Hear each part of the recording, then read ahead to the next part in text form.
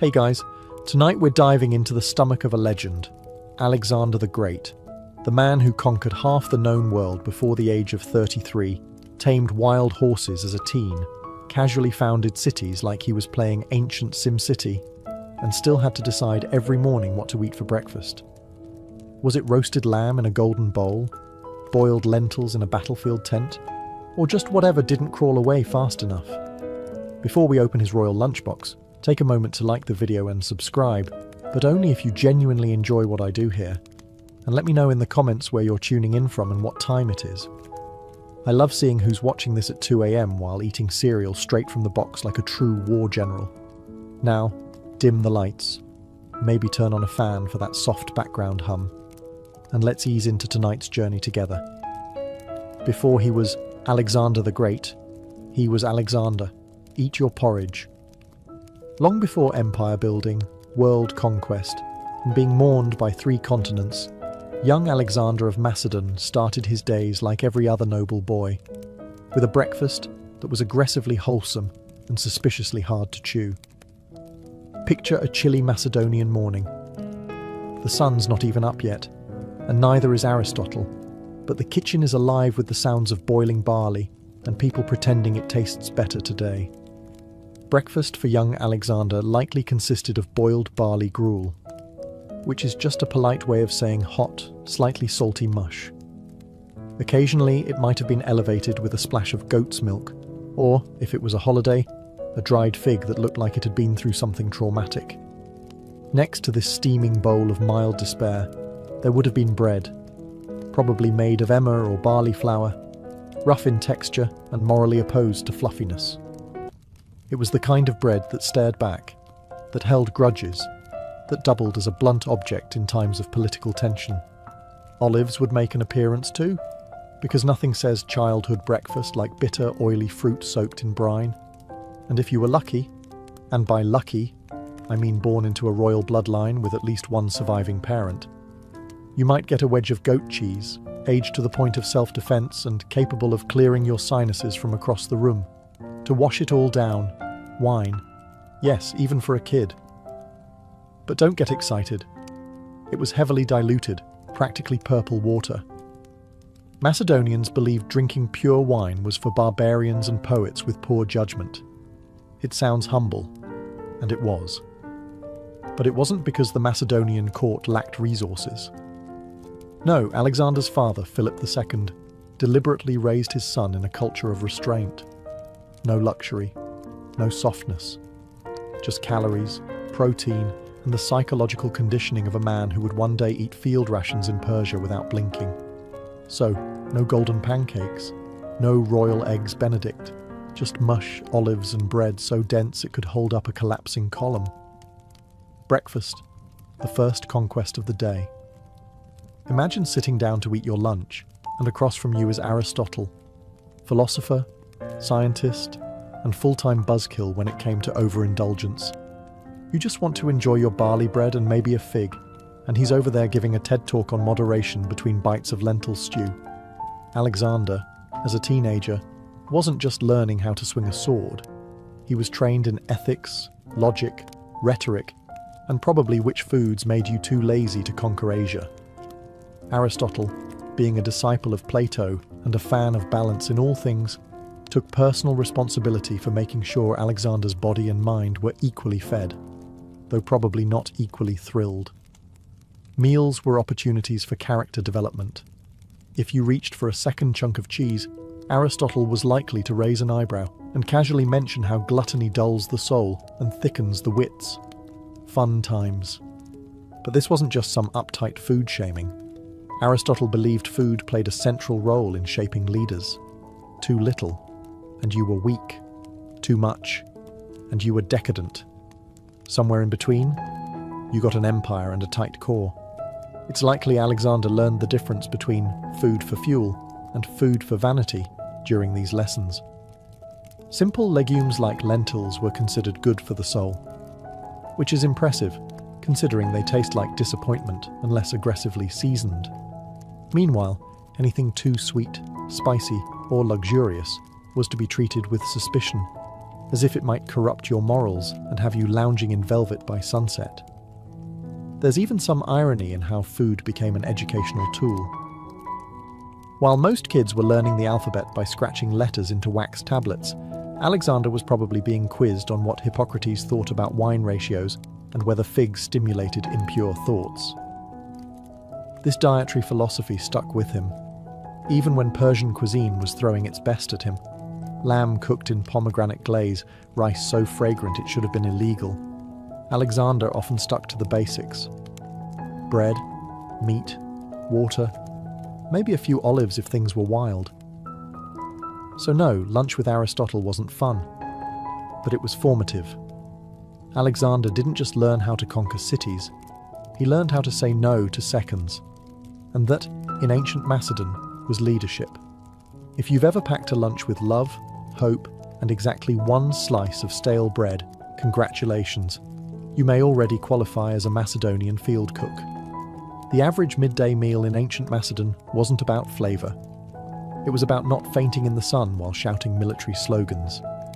Alexander's daily lunch, especially before his campaigns, would have been modest to the point of austerity.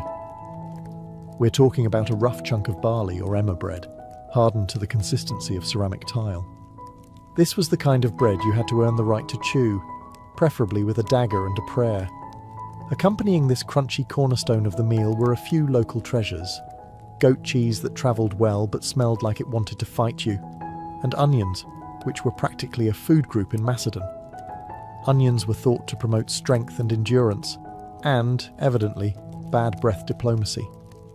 You might also get a small pouch of figs or dried dates, depending on the season, and whether the supply caravan hadn't been eaten by wolves. These fruits were the ancient world's version of dessert, chewy, sticky, and with a texture somewhere between leather and regret. For protein, there might be salted or dried meat, typically goat or beef, sometimes boar if they'd just raided someone fancy. It wasn't juicy, it wasn't tender. It was the kind of meat that dared you to choke on it and win. And what did they drink? If they were lucky, diluted wine. If not, lukewarm water from a leather flask, which had spent most of the day marinating in sweat and saddle dust. Refreshing, technically. It's worth noting that Alexander ate the same food as his soldiers. He didn't send for exotic spices or request grapes peeled by hand. No, he sat in the dirt, tore off a piece of rock-hard bread, and chewed like a man trying to motivate an empire with his jaw strength alone. So when we talk about the Macedonian lunchbox, don't picture a cute bento set. Picture a burlap pouch of calories that hated you just enough to keep you alive. Functional, brutal, just like the man himself. Dinner with your father is already a tense affair when you're a teenager. Now imagine your father is King Philip II of Macedon, a man who juggled diplomacy, warfare, and at least 7 wives like it was a competitive sport. Welcome to mealtime at the royal table, where the food was warm and the conversations could lead to exile. Philip's dinners were likely grand by Macedonian standards, but still a far cry from Roman-style gluttony.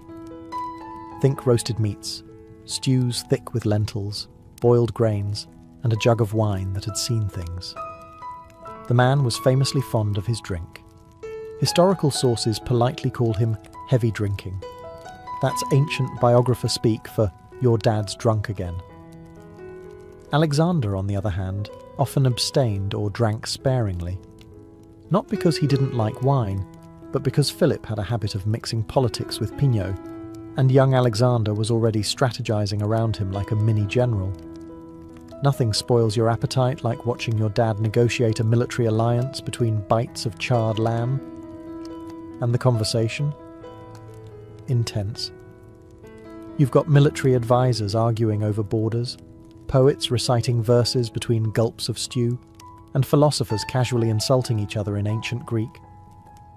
All while Alexander quietly eats his cheese and plots how to eventually outconquer his father, which he absolutely did, by the way. Occasionally, Philip would bring back exotic ingredients or dishes from other parts of the Greek world, spiced fish, honeyed pastries, or strange herbs that made your tongue tingle. Alexander tried them. He made polite comments. But he always circled back to the basics: bread, meat, wine, solid, predictable, useful for empire building. The emotional side of these dinners? Let's just say therapy wasn't invented yet. Philip was both a role model and a raging migraine in sandals. Their relationship was part love, part gladiator match. At one dinner, Alexander even stormed out after Philip drunkenly insulted him. That's how bad the vibes were. And this was before someone tried to assassinate Philip with a spear. So yes, dinner with Dad was formative. It sharpened Alexander's political instincts, toughened his resolve, and probably gave him a lifelong preference for quiet meals with fewer stabbing risks. Now let's talk about Alexander on the road. Not just any road, but the kind that stretches through scorching deserts, snow-bitten passes, and occasionally over the burning remains of your enemies. What's for lunch on this scenic route? A delightful serving of desperation with a side of tactical nutrition. Field rations in Alexander's army weren't made for flavour. They were made for survival, mobility, and ideally not killing you mid-march. Picture a linen pouch filled with barley bread, onions, and dried meat. Ingredients that were travel-friendly, immortal, and borderline spiteful in texture. The bread? Dense, hard, unflavoured. If you could chew through it without breaking a tooth, congratulations, you were fit for service. These loaves doubled as utensils, shields, and in extreme cases, emotional support objects. Reheated over a campfire, they could almost pass as edible. Cold, you'd sooner bite a rock. Meat, if available, was salted beyond recognition. Goat, lamb, or beef sliced thin, left to dry in the sun, and salted until it became more mineral than muscle. This wasn't jerky. This was ancient dental testing material. It kept well though, and if you soaked it long enough in water or wine, it might even bend. Onions and garlic were constant companions, not because they were fun, but because they were cheap, pungent, and believed to boost stamina.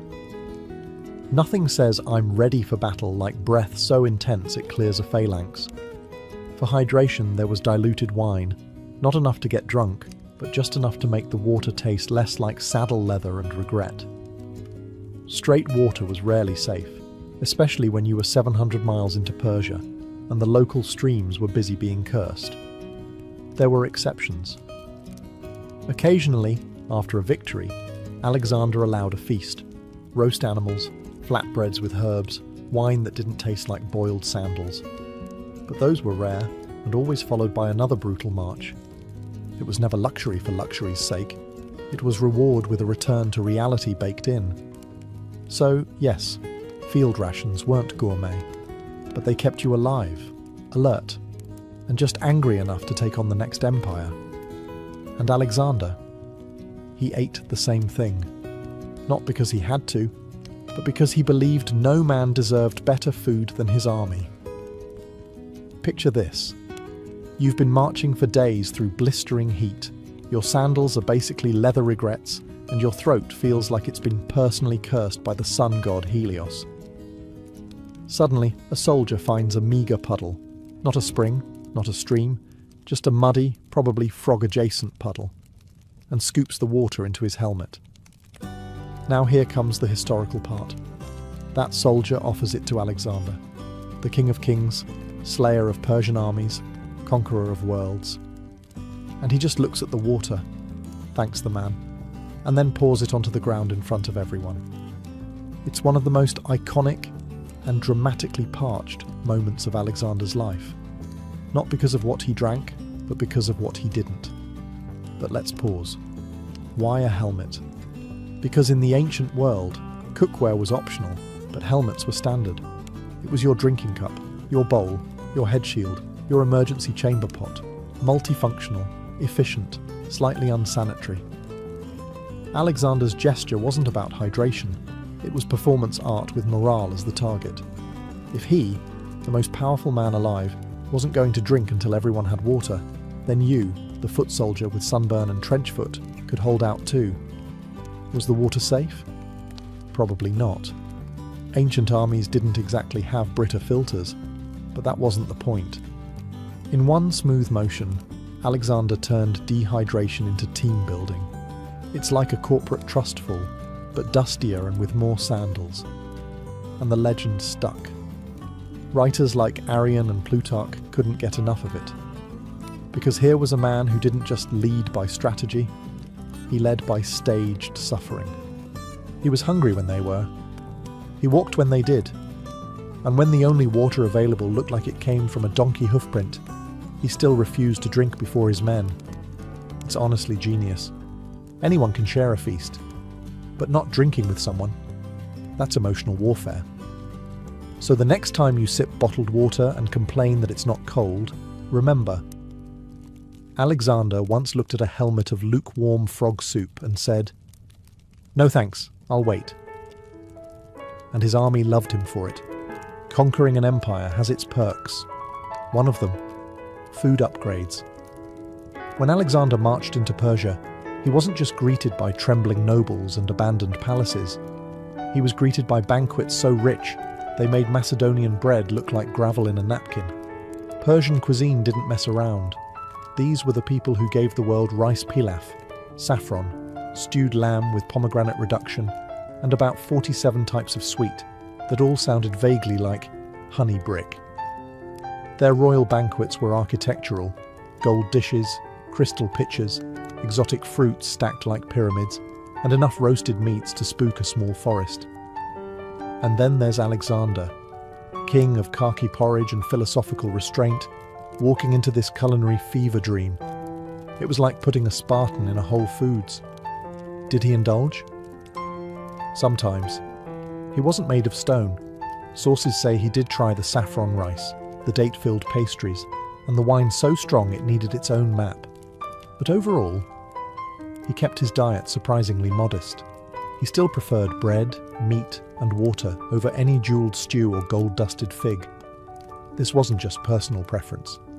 It was a statement. To Alexander, overindulgence meant softness, and softness, in his worldview, led to losing empires.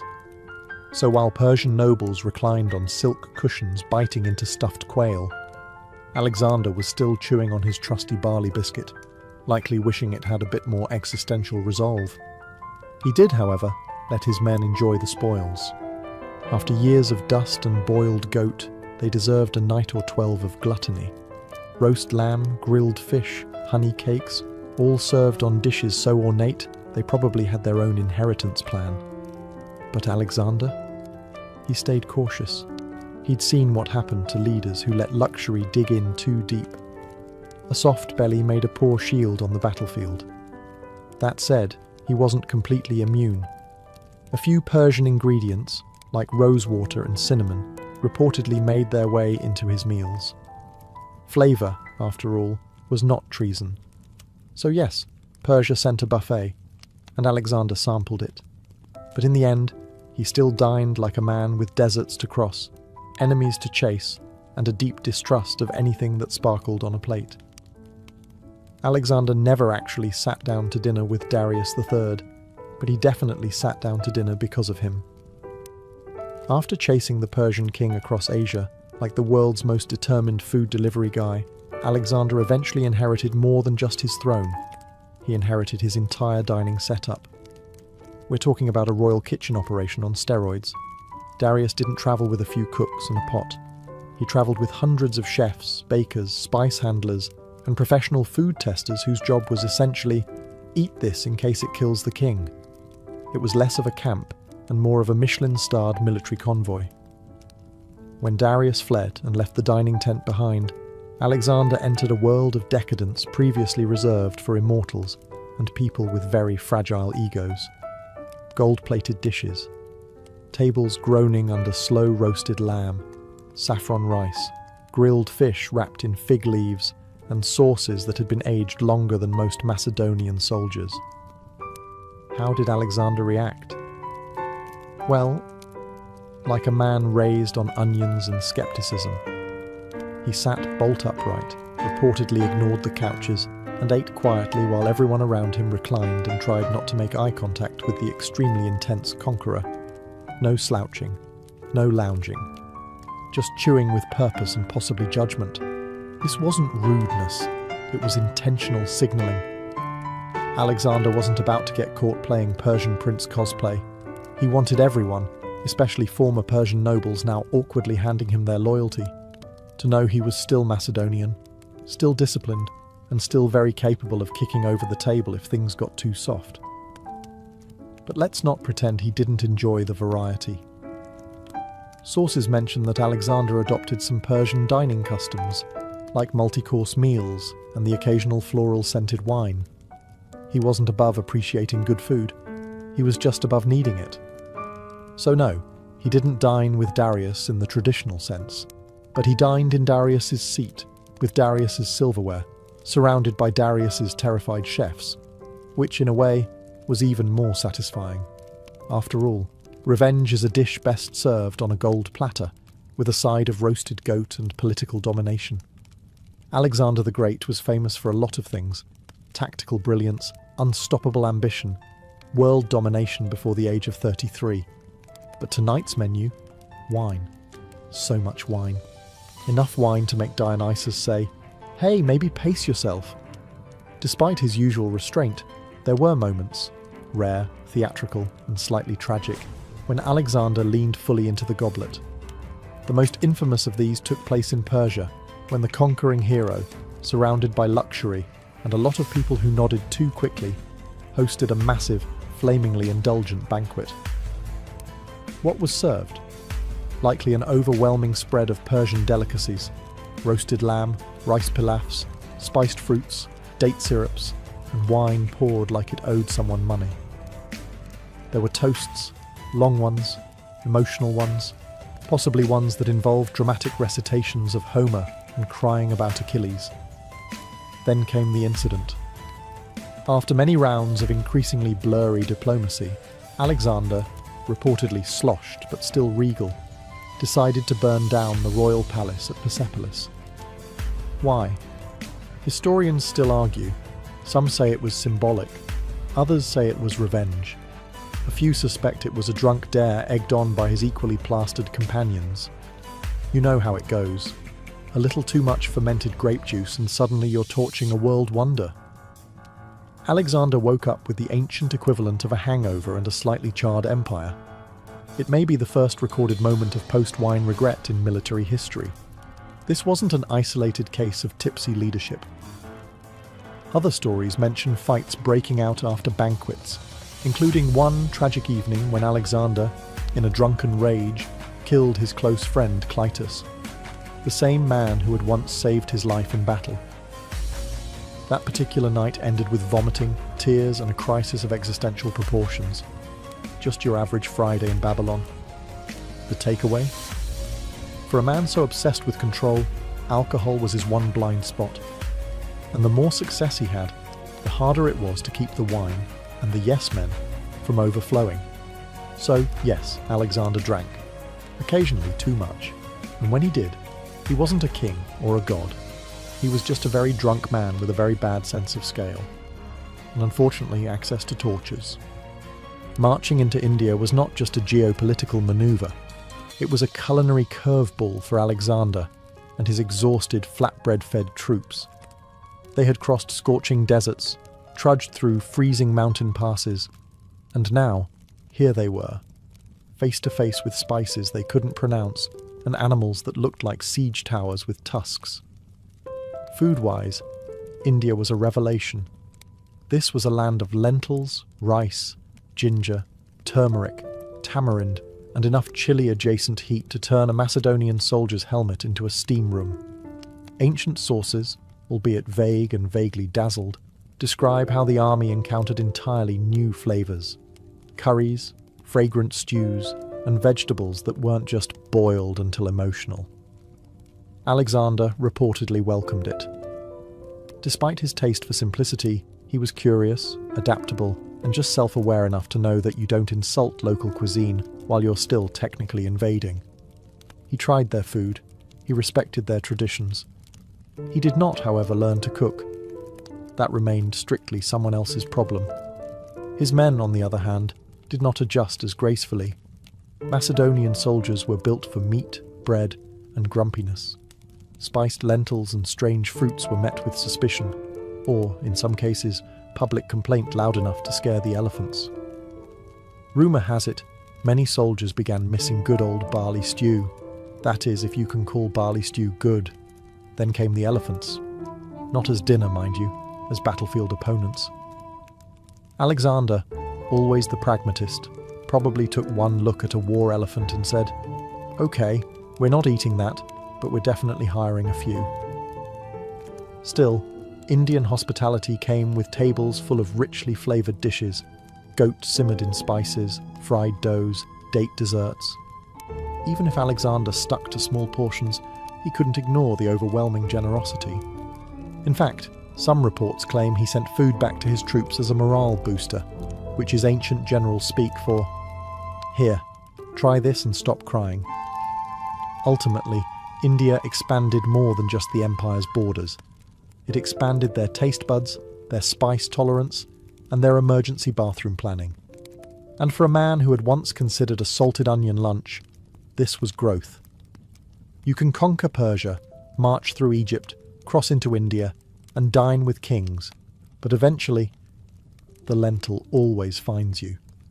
For Alexander, no matter how far he wandered, or how many golden feasts were laid before him, he kept circling back to the culinary equivalent of a shrug: boiled lentils.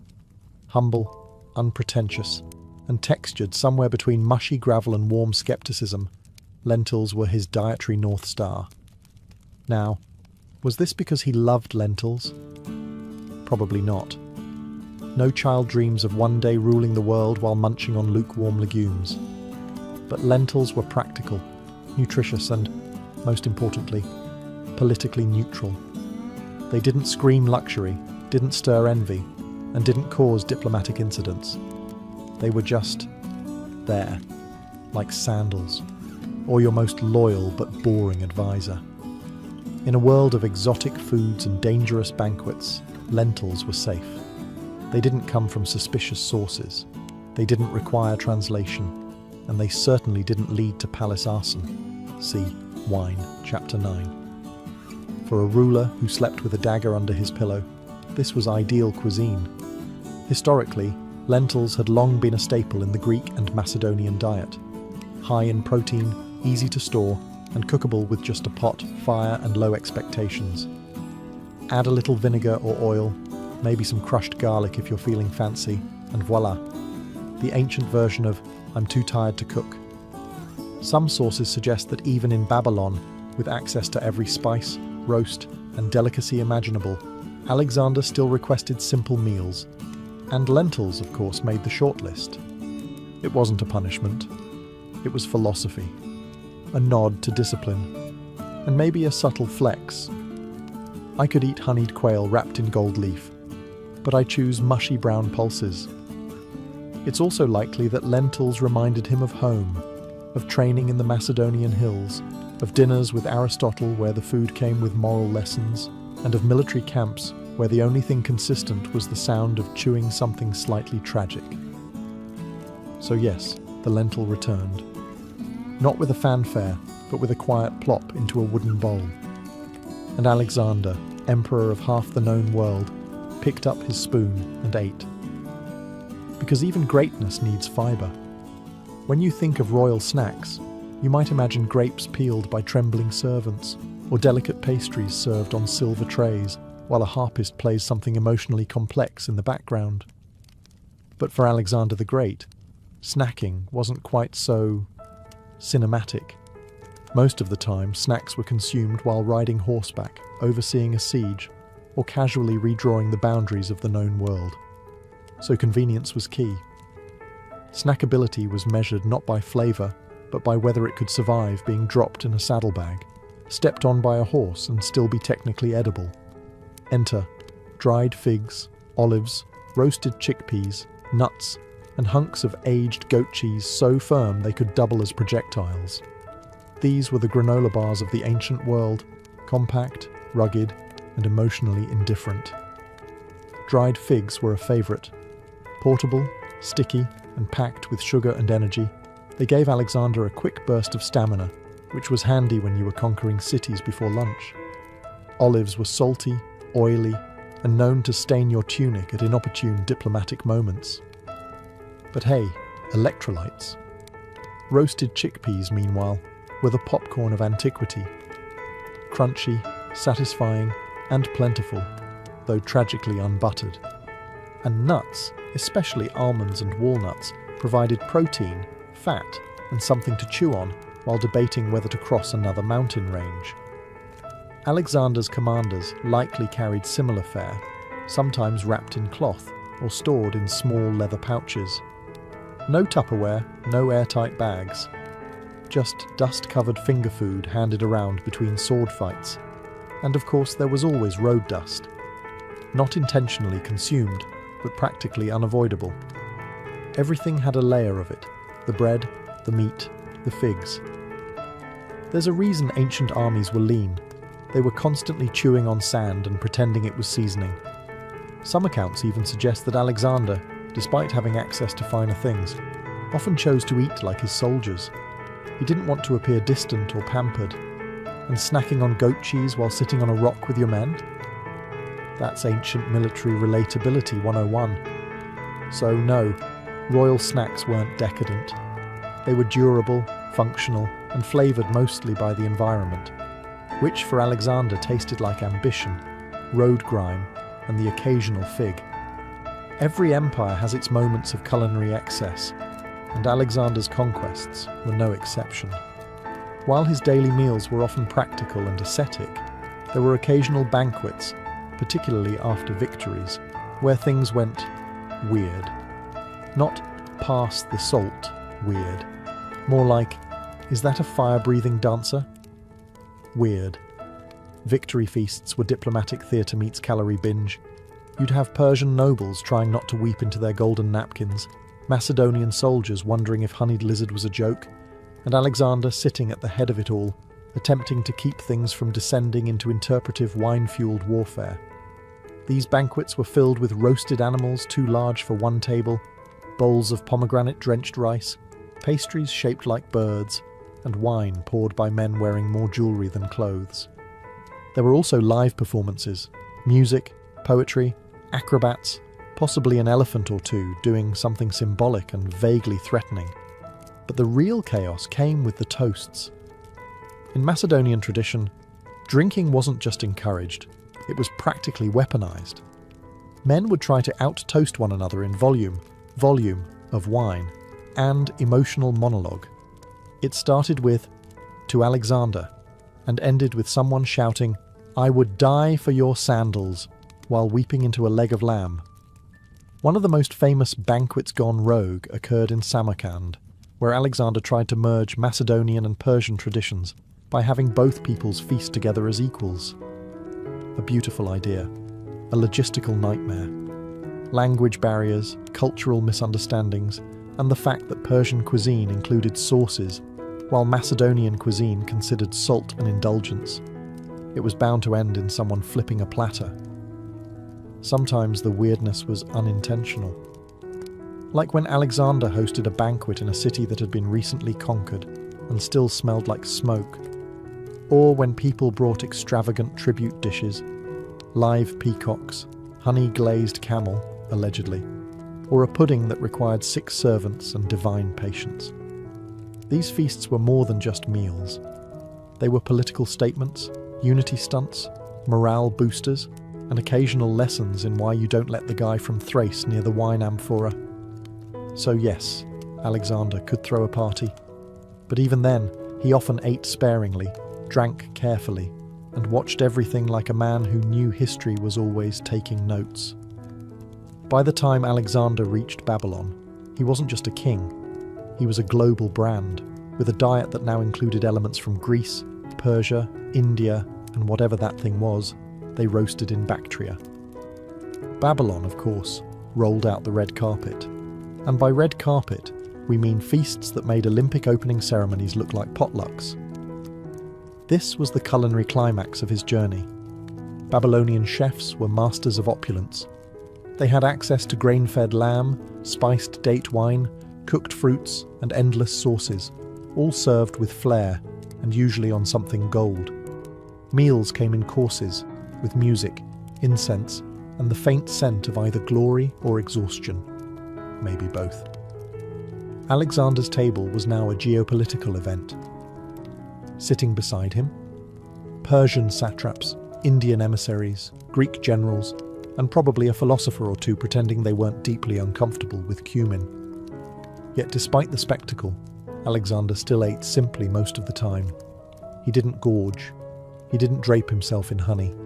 He kept the old habits: bread, meat, maybe a little wine, even as peacocks stuffed with dates paraded by. One part discipline, one part political messaging.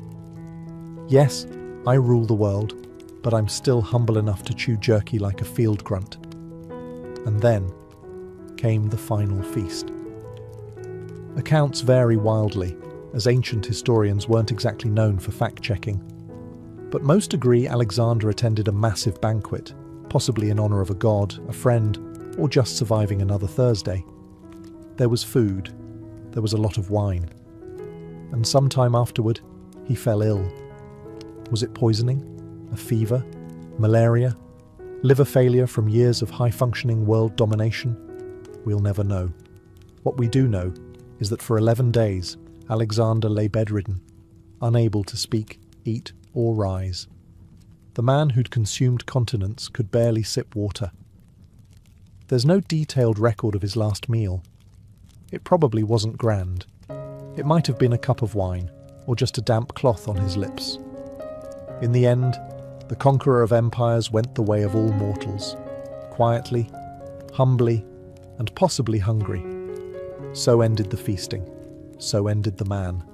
And in Babylon, the banquet tables were cleared, and history took its seat. Let's imagine, just for a moment, that Alexander the Great wandered into the modern world, dusty cape, sword at his side, a little confused by escalators, and found himself standing in line at a food court. What would he order?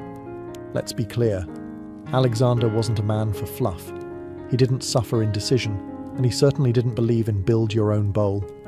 He'd scan the options: fusion tacos, rainbow smoothies, deep-fried everything, and likely settle on something simple, portable, and protein-packed. He'd skip the sugar-crusted trend foods and probably head straight for a lamb gyro, nodding approvingly at the roast meat spinning like a mini war chariot. Barley-based energy bars? Familiar territory. Lentil soup? A nostalgic favourite. Grilled onions?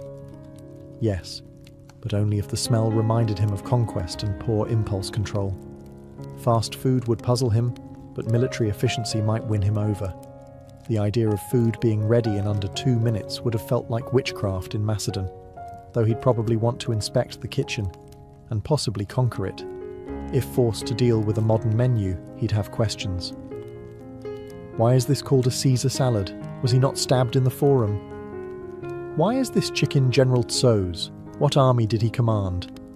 And upon tasting a milkshake, this is delightful. What animal did you milk to get sugar? Health-wise, he'd probably thrive. His original diet, light on carbs, heavy on walking 20 miles before breakfast, was already influencer approved. Paleo. He basically invented it. Keto? That's just campaign season. Yet, even with all this novelty, it's likely Alexander would still crave simplicity. A flatbread, some roasted meat, a cup of wine, mixed, of course, because he wasn't a barbarian. No glittery cupcakes, no avocado toast. Definitely no food served in a mason jar. Why? Because Alexander wasn't just a man of appetite. He was a man of purpose. Food was fuel, a tool. Occasionally a morale booster, but never the main event. So if you ever find yourself debating what to order while feeling deeply indecisive, just ask yourself, would Alexander eat this? Or would he annex it? And suddenly, that lentil wrap might not look so boring after all. In the waning days of the ancient world, when the Mediterranean's greatest minds still gathered beneath colonnades and argued over the nature of the cosmos, a woman named Hypatia stood at the centre of it all. Born around 360 CE in the intellectual melting pot of Alexandria, she was not supposed to lead, not according to the customs of the time.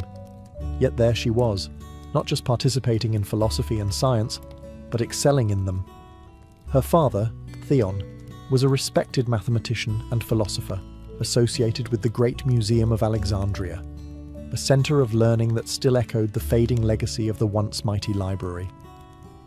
But while most fathers taught their sons to read and ride, Theon went all in on his daughter. He trained Hypatia in arithmetic, geometry, astronomy, and Platonic philosophy. She didn't just memorize theories, she questioned them, debated them, and taught them. By the time she reached adulthood, Hypatia had outpaced her father in both intellect and influence. Her lectures drew students from across the empire, pagans, Christians, skeptics, and zealots alike. She taught openly in the streets and lecture halls, wrapped in her philosopher's cloak, commanding attention not with authority but with clarity. She explained celestial motion, conic sections, and the properties of numbers with such brilliance that people described her as nearly divine. And this was not some cloistered scholar hidden in dusty rooms. Hypatia moved freely through the male-dominated world of late Roman Egypt, offering counsel to city officials and even Roman governors. She embodied the old world, the classical world, one that was slipping fast beneath the tides of religious transformation and imperial instability. But Alexandria was no longer just a city of books. It was also a battleground of faiths, Christianity rising, paganism waning, and politics becoming more dangerous than any equation. Hypatia's fame, her independence, and her status as a symbol of rational, classical thought began to stir envy and resentment among those who preferred revelation over reason. Still, in those early years, she was untouchable. Hypatia was the final light of a fading era, a woman revered not because she fit into the world of men, but because she rose far above it. In an age when women were expected to marry, bear children, and stay far from the lecture halls, Hypatia did something profoundly subversive. She chose the life of the mind. And more importantly, Alexandria let her. Sort of. Her presence was radical, but her intellect made it hard to argue with her. Hypatia didn't claw her way into intellectual circles, she was invited. Her mastery of mathematics and astronomy placed her at the forefront of Neoplatonism, a philosophical movement blending the teachings of Plato with elements of mysticism. Think lofty ideas about the soul's journey, the nature of ultimate reality, and the ladder between the material and divine, all delivered with geometric precision. Hypatia's lectures weren't just academic snooze-fests either. Her reputation was magnetic. Students came not just from Alexandria, but from all corners of the empire, eager to sit at her feet. Many of them were upper-class Roman men who, paradoxically, learned about logic and discipline from a woman whom their own societies would have silenced. She taught publicly, not in secret. She rode through the city in her philosopher's cloak, commanding attention in forums and amphitheatres, often giving speeches in front of mixed crowds. It wasn't just her knowledge that captivated, it was her character. Hypatia was famously ascetic, uninterested in wealth or pleasure. She remained unmarried, perhaps deliberately, to maintain her independence and philosophical purity. According to one story, likely apocryphal but still telling, when a student tried to pursue her romantically, she shut him down by flinging a bloody menstrual rag at him and declaring, "This is what you love, young man, not beauty."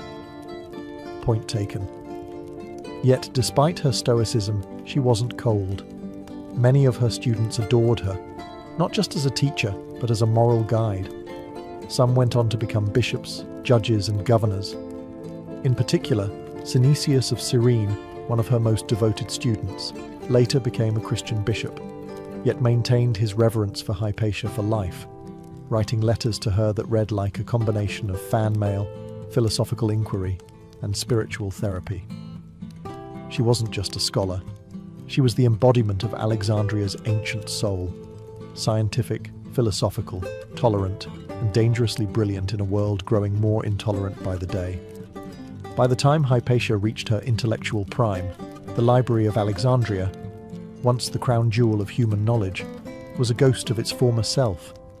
The original structure had been destroyed in waves of war, neglect, and political chaos. What remained was scattered across the city. Annexes, scrolls stashed in private collections, and a few scholars still clinging to the dream of universal knowledge. Among them, none shone brighter than Hypatia. Though she wasn't the official librarian of what was left, many considered her the de facto heir to that legacy. She edited and preserved important mathematical texts, most notably works by Diophantus and Apollonius.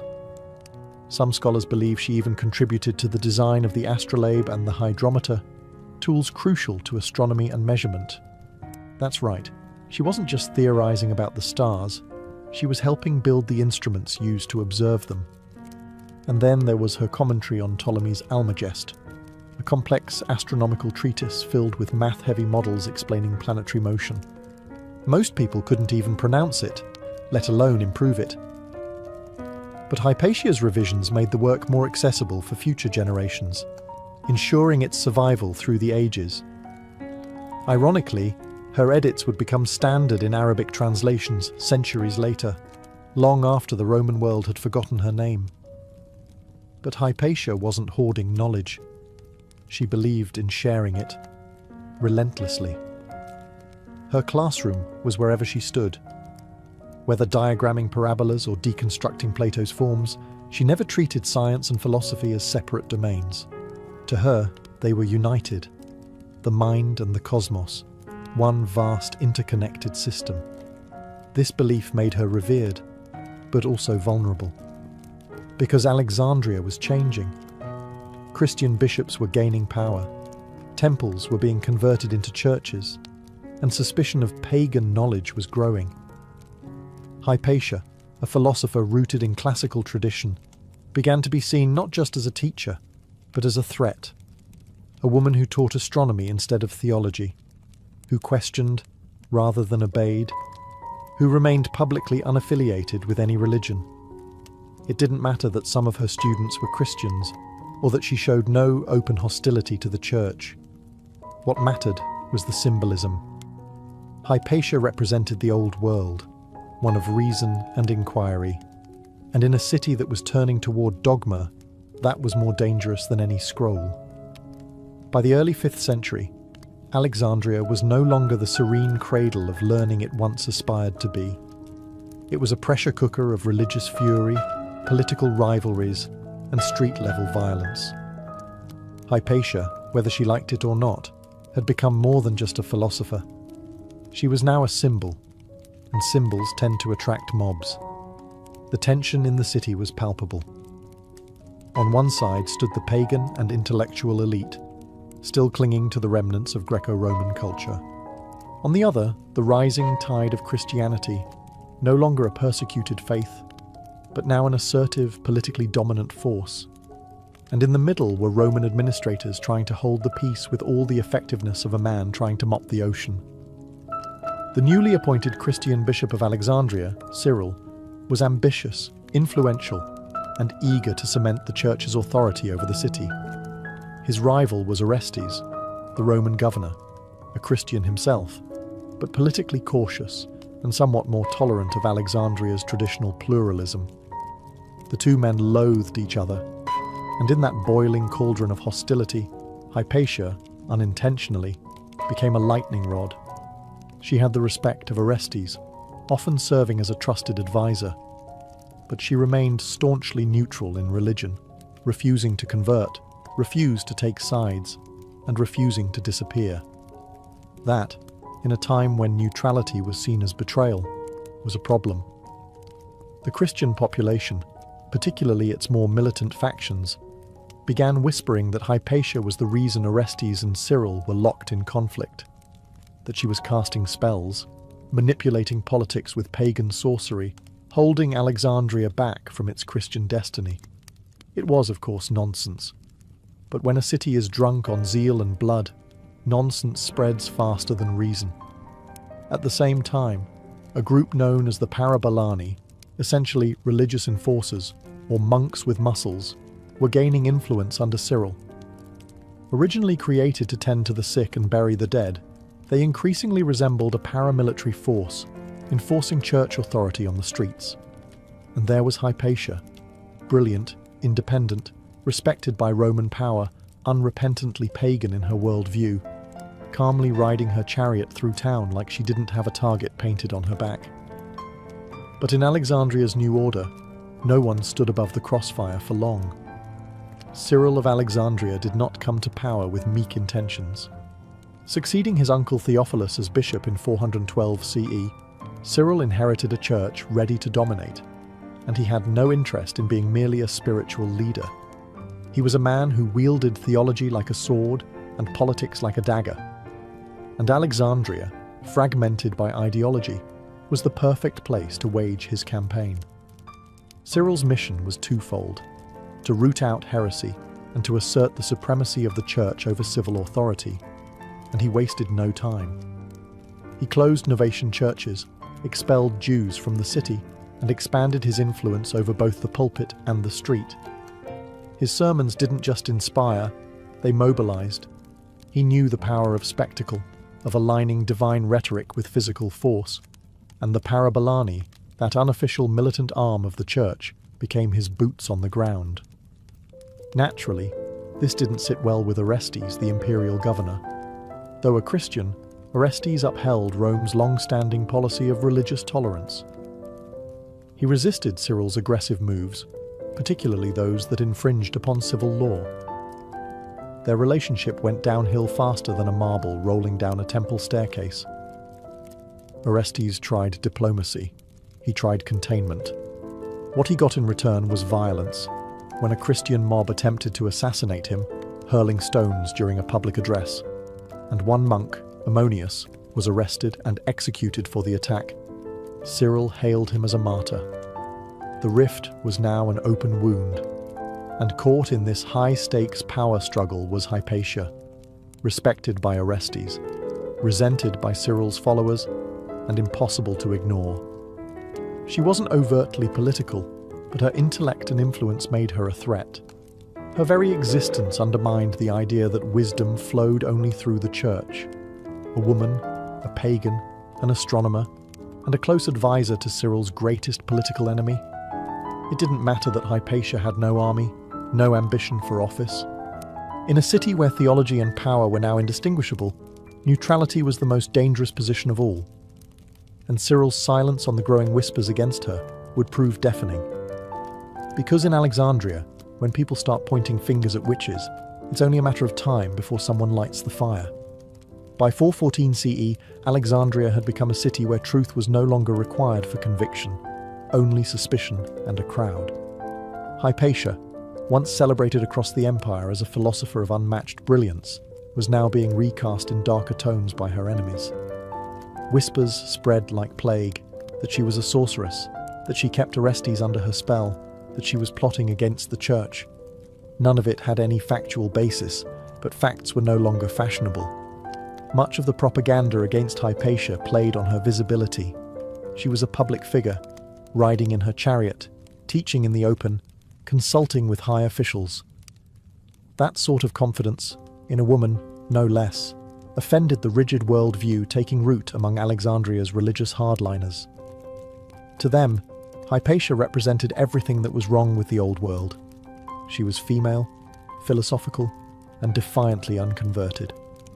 Rumors claimed she worshipped demons, that she practiced dark arts, that her astrolabes were magical instruments used to bend the will of men. In reality, they were just scientific tools. But science, in an age gripped by religious extremism, can look an awful lot like sorcery to those who don't understand it, or don't want to. One story even accused her of preventing reconciliation between Orestes and Bishop Cyril. The logic was as follows: Hypatia advised Orestes, Orestes opposed Cyril, therefore Hypatia must be the root of the conflict. A tidy little syllogism, convenient, simple, and lethally wrong. The streets buzzed with unrest. It was no longer a matter of if something would happen to Hypatia, but when and how violently. The parabolani, once caretakers of the poor, had fully transformed into zealots itching for a cause. And the city's Christian majority, already primed to see Hypatia as a dangerous pagan witch, needed only the faintest nod to act. That nod never came publicly from Cyril. He was too careful for that. But his refusal to condemn the rumours, to quell the hysteria, to publicly defend a woman he surely knew was innocent, spoke volumes. Silence, after all, is just another kind of signal. And so the trap closed slowly, invisibly, around Hypatia, not with chains, but with whispers and pointed fingers. The kind of prison you never see until it's too late. It happened in the spring of 415 CE. Hypatia, now in her mid-50s, still rode her chariot through Alexandria's streets, still taught her students, and still dared to exist in defiance of the narrative her enemies had crafted. She likely knew the danger. The glances had turned hostile, the whispers sharper, and the atmosphere thick with menace. But she carried on, a living rebuke to fanaticism. And then one day, they came for her. It wasn't an organized trial or an official execution. It was a mob, frenzied, righteous, and brimming with hate. Led by the Parabolani and allegedly stirred by a man named Peter, a reader in the church, they intercepted her in the streets. She was dragged from her chariot, stripped of her clothing, and hauled into a church building, a sacred space turned into a butcher's den. What happened next is difficult to describe without flinching. Contemporary accounts, particularly that of the historian Socrates Scholasticus, say the mob murdered her with roof tiles or oyster shells, flaying the flesh from her bones. Others say they tore her body apart limb by limb. What we do know is that after they killed her, they burned the remains. An extra insult, as if erasing every trace of her existence would somehow make the deed righteous. It was a murder not of policy, but of passion, the kind fueled by ideology, not legality. No trial, no verdict, just execution by rage. Alexandria lost more than a woman that day. It lost its last voice of the classical tradition, its last public philosopher, and arguably its last claim to the cosmopolitan spirit that had once defined it. Orestes was powerless to respond. Cyril? He expressed regret, but distanced himself from any responsibility. There were no arrests, no public inquiry. The silence that had preceded Hypatia's death was followed by more silence, and then, gradually, forgetting. But the damage was done. With Hypatia's death, a symbolic door slammed shut on antiquity's age of reason. It marked the end of Alexandria as an intellectual capital and the beginning of its descent into theological rigidity. Her mutilated body was the final punctuation mark on centuries of slow cultural erosion. A scholar was killed. A world was lost. In the weeks following Hypatia's brutal murder, Alexandria fell eerily quiet. Not because peace had returned, but because something essential had died. The streets still bustled. Churches still rang with chants. Bureaucrats still stamped scrolls. But the soul of the city, that open exchange of thought, that synthesis of Greek philosophy, Roman governance, and Egyptian mysticism, had dimmed forever. There was no justice for Hypatia. No trial, no restitution. Orestes, already weakened, eventually disappeared from the historical record. Some say he left Alexandria, too politically isolated to govern. Others say he was recalled to Rome. Either way, the one man in power who had tried to shield her was gone. And Bishop Cyril? He emerged from the crisis stronger than ever. Though Cyril denied involvement in her death, many saw his silence and rhetoric as tacit approval. He made no effort to punish the killers. He never condemned the act publicly. In time, he was even canonized. Saint Cyril of Alexandria, remembered more for his battles against heresy than the philosopher whose blood had been spilled under his watch. As for Hypatia, her legacy was swiftly buried, not just physically, but intellectually. Her name was scrubbed from many records. Her writings were lost, her teachings attributed to others, her contributions to mathematics and astronomy scattered across history, with faint traces of authorship. In the blink of a historical eye, one of the most brilliant minds of late antiquity was turned into a whisper. But whispers linger. Centuries later, Hypatia's story began to resurface. First in the writings of Renaissance humanists, who saw in her a martyr for reason. Then in Enlightenment salons, where she became a symbol of intellectual freedom suppressed by dogma. By the 19th and 20th centuries, she was elevated once again. The woman philosopher, the last guardian of Alexandria's ancient wisdom, a tragic figure whose death marked the twilight of classical civilization. Still, what we know about Hypatia today comes largely from the accounts of men. Students like Synesius, historians like Socrates, Scholasticus, and chroniclers from a later time trying to piece together a shattered mosaic. The woman herself?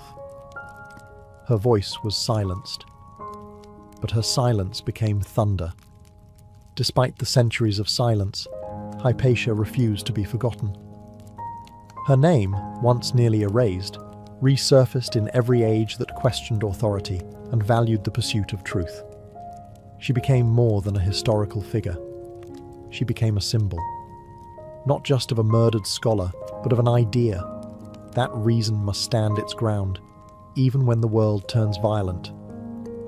During the Renaissance, thinkers rediscovered her story and held her up as a martyr to ignorance. In the Enlightenment, philosophers and skeptics pointed to Hypatia as proof of what happens when religion crushes inquiry. Voltaire wrote of her with fury, portraying her death as the final nail in the coffin of classical learning. She was cast as a tragic heroine in plays, poems, and later novels. Often exaggerated, yes, but always admired. In modern times, her story has inspired scientists, feminists, and secularists alike.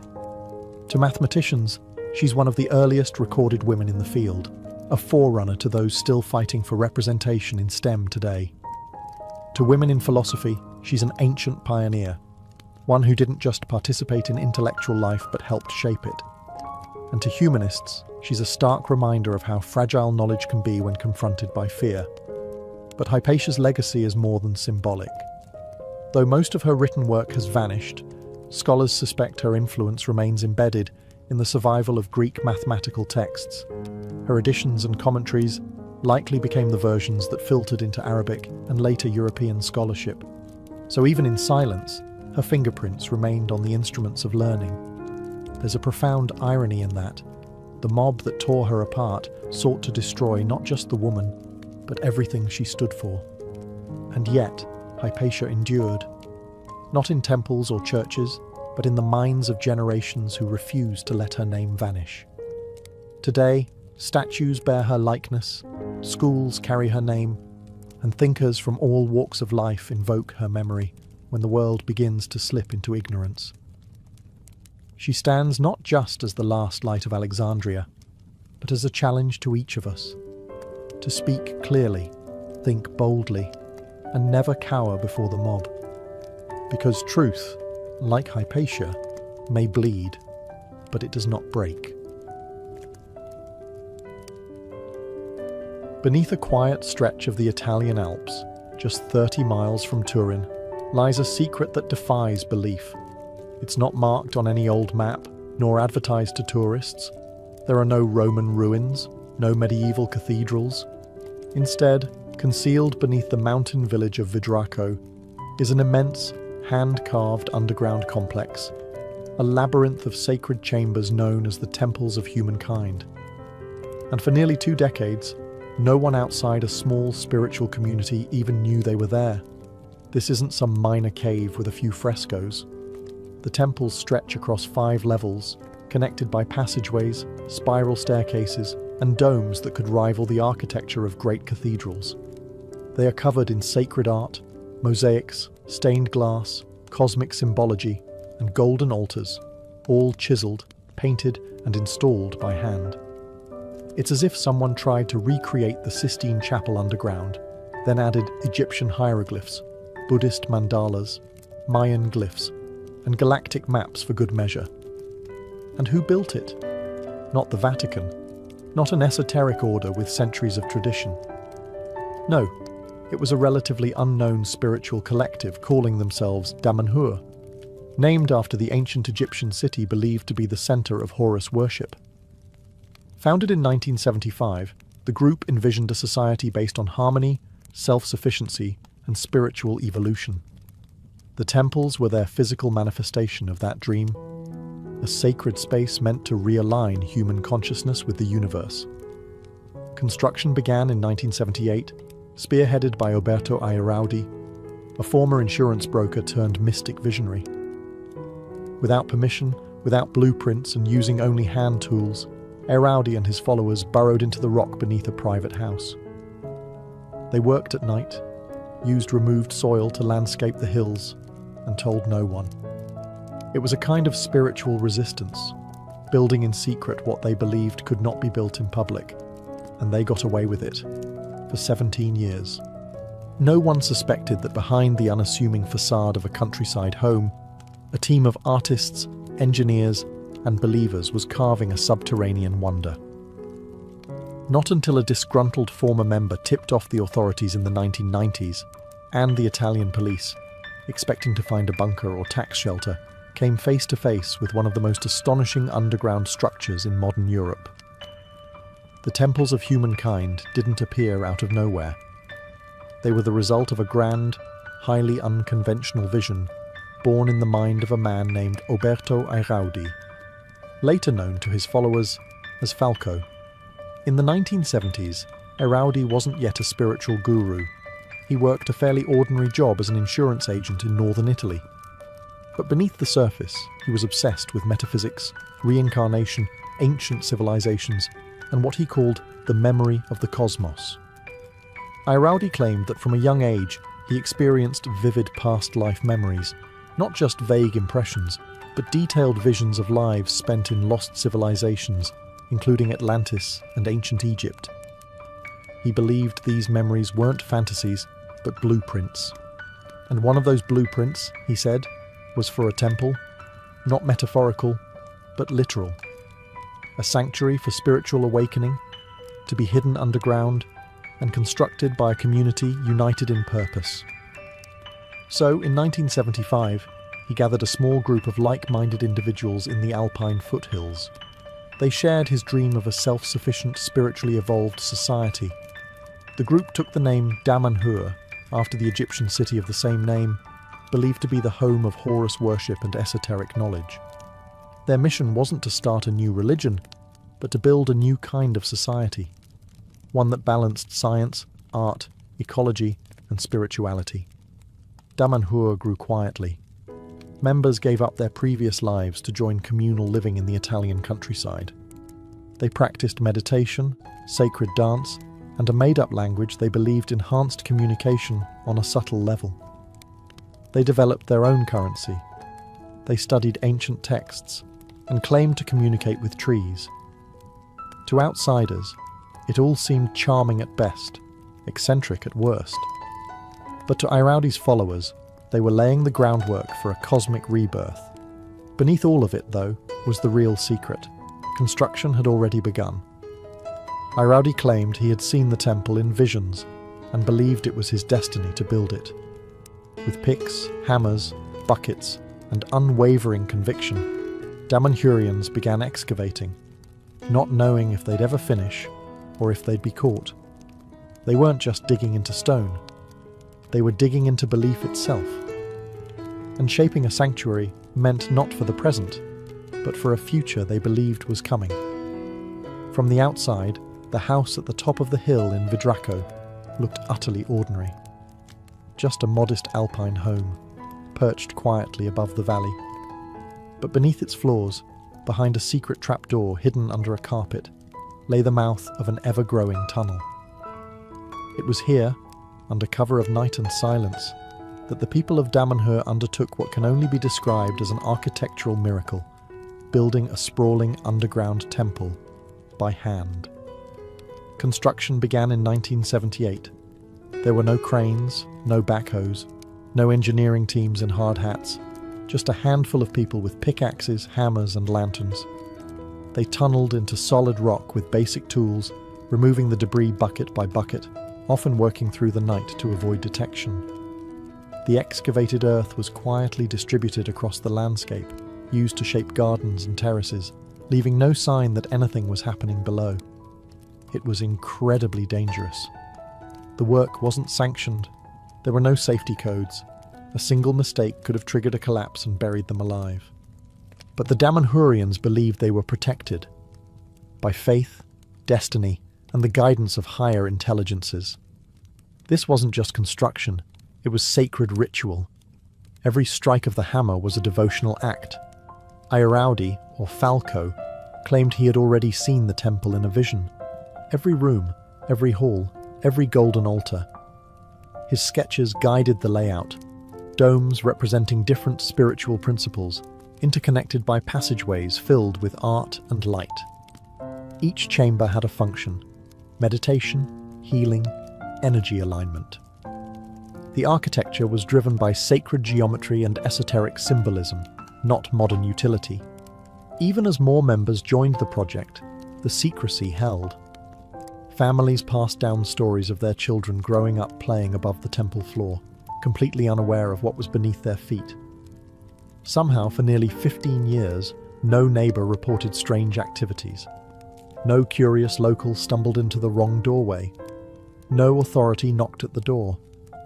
By the early 1990s, they had carved out an underground space large enough to house several floors of elaborately decorated halls, without a single outsider knowing. It was a feat of human persistence, madness, artistry, or perhaps all three. They weren't just building a temple. They were defying the modern world by proving something ancient could still be born, hidden beneath it. For nearly 17 years, the temples of humankind remained one of the best-kept secrets in modern Europe.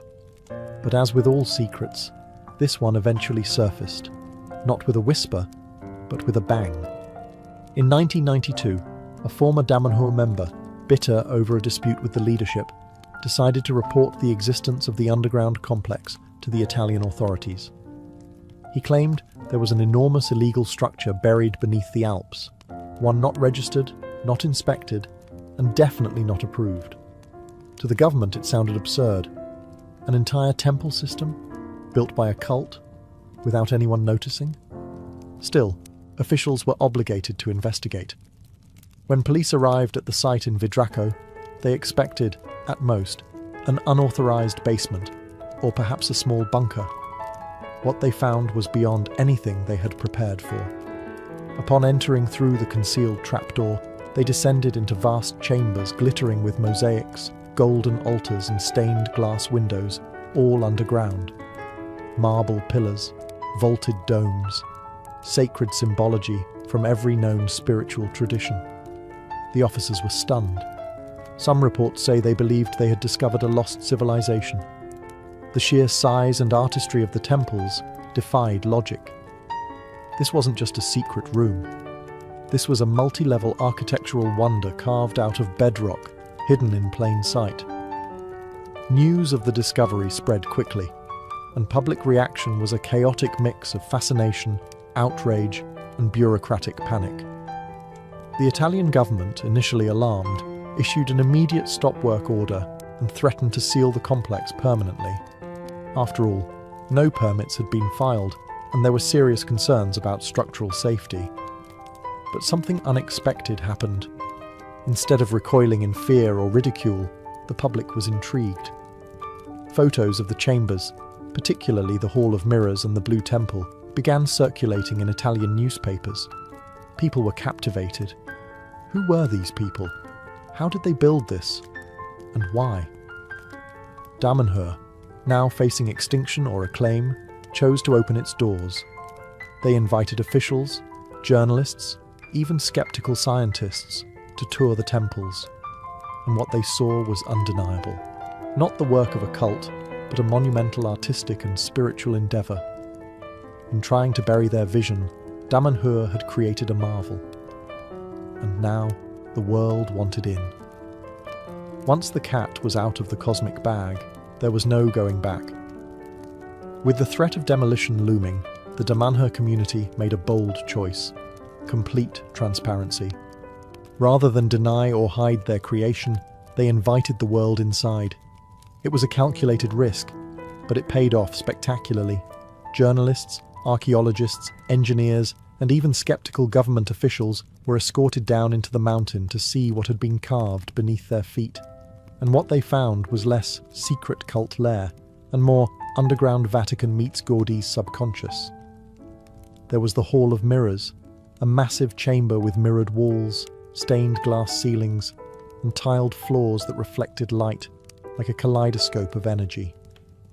There was the Hall of Earth, shaped like a chalice, dedicated to the feminine principle and ancient earth goddesses. Each temple was designed with precision, not only artistically but energetically, aligned with what the Damanhurians believed were synchronic lines, cosmic pathways of energy crisscrossing the earth. The architecture was built to resonate with these lines, amplifying their effects and turning the space into a kind of spiritual engine. Italian authorities, now facing public fascination and media buzz, had a problem on their hands. Yes, the temples were technically illegal, but demolishing them would mean destroying a modern artistic marvel that had captured the public's imagination.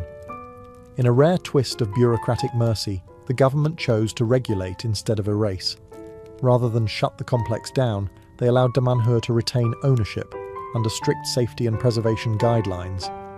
Engineers reviewed the structural integrity. Historians catalogued the symbolism. Artists simply stood in awe. By the mid-1990s, the temples of humankind had been transformed from a forbidden mystery into a cultural phenomenon. The group launched guided tours and spiritual retreats. Filmmakers and photographers documented the halls. Critics remained, of course, but curiosity far outweighed condemnation. What had once been hidden was now open to the world. And in a strange reversal, the very secrecy that once protected the temples had become their greatest marketing tool. People didn't just come to see art. They came to stand inside a miracle that wasn't supposed to exist. The mountain had kept its secret. Now, it whispered it to everyone. To the untrained eye, the temples of humankind might seem like an eclectic art project gone off the rails, all colours, symbols, and cosmic flair. But to the Damanhurians, every square inch has purpose.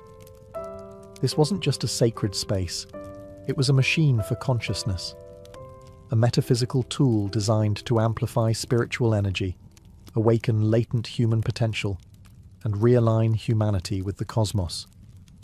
At the core of Damanhur's philosophy is the belief that Earth is crisscrossed by synchronic lines, energetic currents similar to ley lines or acupuncture meridians. These lines, they say, connect powerful sites across the planet: the pyramids, Stonehenge, Machu Picchu, and now the underground temples in Vidraco. The temples were not randomly placed. They were intentionally built at the intersection of these lines, making them, in Damanhurian logic, a sort of interdimensional charging station. Each chamber within the temples reflects a different spiritual concept. The Hall of Water, for instance, is dedicated to past lives and emotional healing. The Hall of Spheres is considered the temple's energetic nucleus, a place intended to communicate with higher intelligences and distant civilizations. No, not metaphorically. The Damanhurians genuinely believe that consciousness exists beyond Earth, and that the temples act as a beacon. It's not just symbolic. The community incorporates sound, geometry, and material resonance into the architecture to activate these energies. Walls are embedded with copper coils. Quartz crystals are positioned to reflect frequencies. Every element, from colors to symbols to materials, is chosen based on how it resonates with human consciousness and planetary harmonics. Visitors often describe strange experiences, feeling waves of energy, hearing unexplained tones, or entering altered states of awareness. Whether placebo or power grid, the temples do seem to have an effect. Even skeptical scientists have noted unusually strong electromagnetic activity in some chambers. But for the Damanhurian faithful, science only confirms what they already know. This is a living temple, one that interacts with intention, emotion, and thought. It is a bridge, not just between Earth and the stars, but between what we are and what we could become. In their eyes, the temples of humankind are not a relic of the past, but a prototype for the future.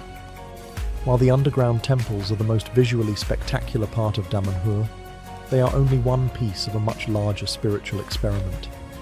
Above ground, the Federation of Damanhur functions as a kind of intentional micronation, complete with its own constitution, currency, schools, and even timekeeping system. That's right. They use their own calendar, which started in 1975, the year the Federation was founded. In Damanhurian reckoning, we are currently in year 50-something. The community is organized into eco-villages, each with a specific purpose: farming, arts, research, healing, or temple work. Daily life blends the mystical with the mundane. Residents grow their own food, participate in group meditations, and meet for weekly social alchemy sessions, designed to align the individual's spiritual progress with the group's collective evolution. At its peak, Damanhur boasted over 1,000 members from more than 30 countries. Newcomers don't just join casually. They undergo an initiation process and are encouraged to live communally, give up some personal possessions, and contribute their skills to the collective. Professions range from sculptors to software developers. Everyone is expected to contribute to the whole. Education plays a huge role in Damanhurian life. Children are taught not only math and language, but also sacred geometry, ancient mythology, and energy awareness. There's even a Damanhurian university, offering courses in esoteric sciences, spiritual physics, and alternative healing methods. If it sounds like Hogwarts with solar panels, you're not far off. At the philosophical center of it all is the idea that divinity exists in all things, and that humanity's purpose is to awaken to its role as co-creator with the universe. This means living harmoniously with nature, exploring consciousness, and using creativity as a spiritual tool. To outsiders, the community can seem eccentric, even cult-like, but there's no single deity, no enforced dogma, and no charismatic tyrant. Leadership is democratic, and roles rotate. Members are free to leave, and many do. Critics exist. Some former members cite internal pressures, ideological rigidity, or burnout. But even critics admit it's unlike anything else on Earth. Damanhur isn't just a commune or a spiritual retreat. It's an ongoing social experiment, a place where people try in earnest to live a myth, not just read about one. To walk through the temples of humankind is to enter a universe made of symbols. Every wall, ceiling, and floor is layered with meaning.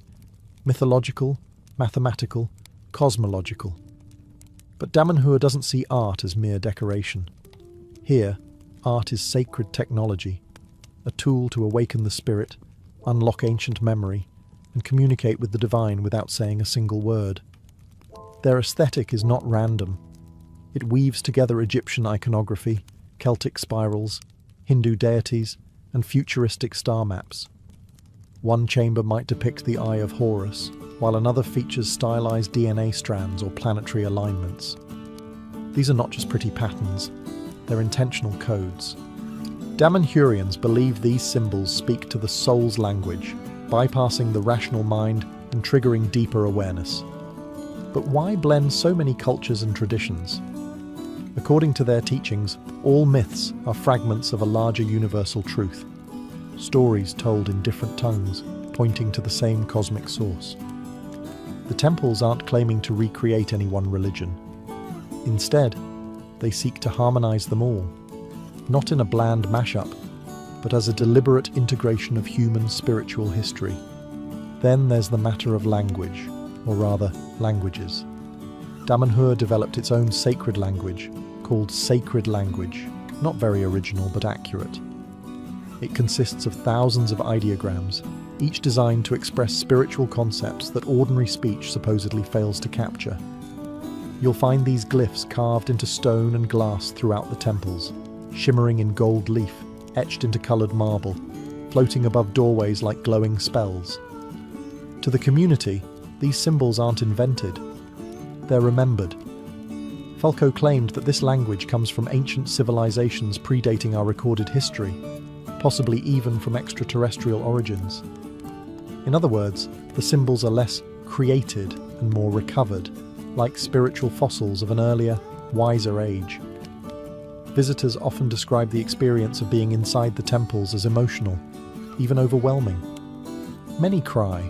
Some say they feel a strange sense of familiarity, like they're remembering something long forgotten. And that's exactly the point. The temples aren't designed to explain. They're designed to evoke. Because in Damanhur, truth isn't taught. It's awakened through story, symbol, and the silence between words. The temples of humankind were never meant to be monuments to the past. They were, and still are, a blueprint for the future. Not just a spiritual future, but a cultural one, where architecture, consciousness, and community fuse into something new. While the world above rushes forward with technology and division, the world beneath Vidraco continues to expand slowly, intentionally, one brushstroke at a time. Even today, the temples are not finished. Damanhur considers them a living organism, constantly evolving. New chambers are added, old ones are renovated, murals are touched up, new symbols added to reflect the changing energy of the community. Unlike traditional sacred sites frozen in time, the temples of humankind breathe. They grow with the people who built them. In the years since their discovery, Damanhur has expanded its global reach. The Federation now includes centres in other countries, online courses, and a stream of international visitors who come for spiritual retreats, energy healing, or simply curiosity. While some arrive expecting New Age fluff, many leave deeply affected, not necessarily converted, but moved by the sheer ambition of the place. After all, how many communities actually build cathedrals from scratch, underground, in secret? Yet Damanhur isn't without its critics. Skeptics raise eyebrows at some of its claims: past lives, synchronic lines, interstellar communication. Others worry about its cult-like intensity or the degree of devotion expected from members. But through it all, the Federation has endured, not by isolating itself, but by opening its gates. Today, the temples are a symbol of possibility. What can be created when art, intention, and community come together? They remind us that the great sacred sites of the ancient world, the pyramids, the cathedrals, the ziggurats, weren't just buildings. They were expressions of collective belief. Damanhur dares to ask, why did we stop building like that? And maybe that's the legacy of the temples of humankind. Not their beliefs, but their boldness. In a world obsessed with efficiency and spectacle, a group of ordinary people decided to dig into the earth and make something sacred, by hand, in silence, for the sake of beauty and spirit. It's not just a temple, it's a question carved into stone. What are you creating with your life? Long before satellites orbited Earth or sailors shouted "land ho," human beings were already on the move, tracing coastlines, crossing deserts, and scribbling their ideas of the world into clay, stone, or hide. Travel wasn't just about curiosity, it was about survival. The very first explorers weren't adventurers, they were gatherers and traders, hunters and refugees. But over time, movement became more than necessity. It became strategy, and eventually, it became legacy. The earliest maps weren't grand cartographic masterpieces. They were scratched patterns on cave walls, carvings on bones, or mental images passed down orally. Around 2300 BCE, the Babylonians etched one of the first known maps onto a clay tablet, not of the world, but of a single region, marked with rivers, towns, and mountains. To them, the Earth was a flat disk surrounded by a cosmic ocean, with Babylon, naturally, at the center. It wasn't geographically accurate, but it reflected something even more important: intent. These people wanted to understand their surroundings. They wanted to navigate. But how do you travel without roads, signage, or star charts? You watch the sun. You study the stars. You memorize the terrain, the migration of animals, the direction of the wind. And if you're lucky, you pass that knowledge to someone who remembers it better than you. Ancient Polynesians, for instance, mastered navigation using ocean swells, bird flight paths, and the position of constellations. Meanwhile, traders in Mesopotamia followed river routes like the Tigris and Euphrates, turning seasonal floods into shipping lanes. In these early civilizations, travel was rarely solo. It was communal, slow, and often dangerous. Travelers risked bandits, storms, disease, and simply getting lost forever. But they also brought goods, languages, ideas, and technologies across regions. Trade routes began to form like veins across the body of the ancient world.